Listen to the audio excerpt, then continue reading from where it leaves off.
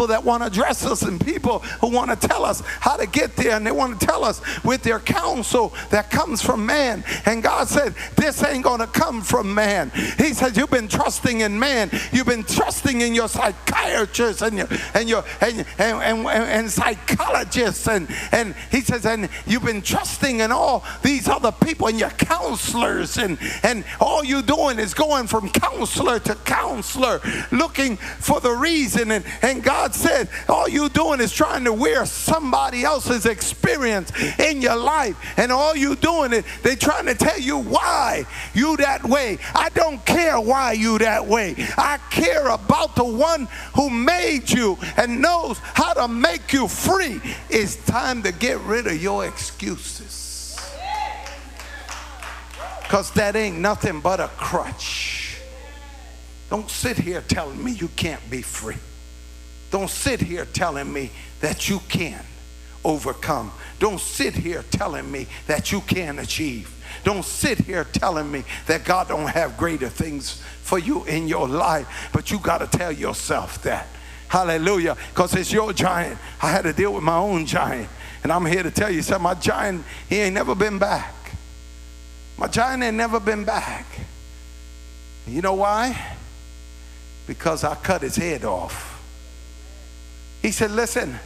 He said, take your hands and empty out your hands. Empty out your hands. What is that talking about? He says, look, when David came in verse 22, he said he took what he had in his hands and he gave his baggage to the baggage keeper. He says, you've been carrying too much stuff in your hands, and you want to come, you want to try to help me to get you to where I want you to be.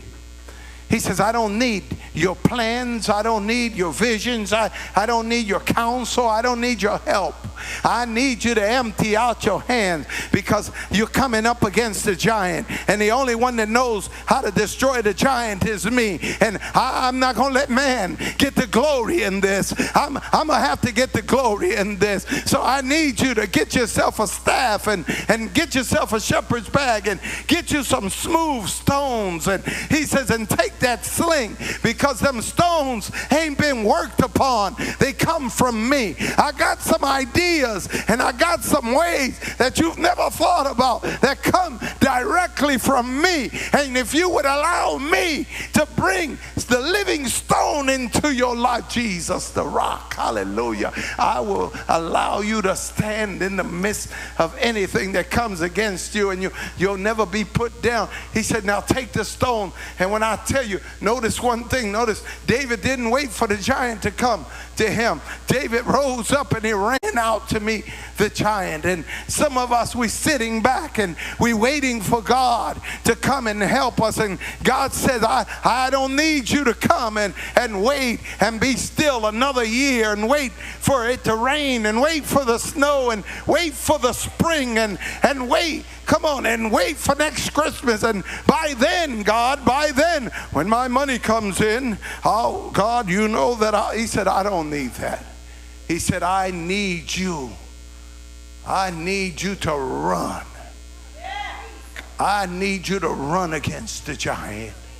That, what am I talking? I'm talking about some zeal. Get some zeal in your life. You will never defeat the thing that is sitting on the couch with you for 40 days and 40 nights until you get zealous and you say, listen, you got to go, and you got to go now.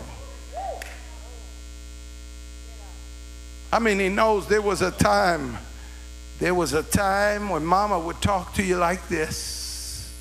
Say, mi hijo, tú sabes que tú tienes que arreglar eso. Tú sabes que tienes que poner las cosas en orden. Tú no estás trabajando. Tú no estás ayudando en nada. Oh, there was times like that. But then there was times when she stood up. Te arregla o te arreglo. Woo, come on now. I'm preaching to the choir over here.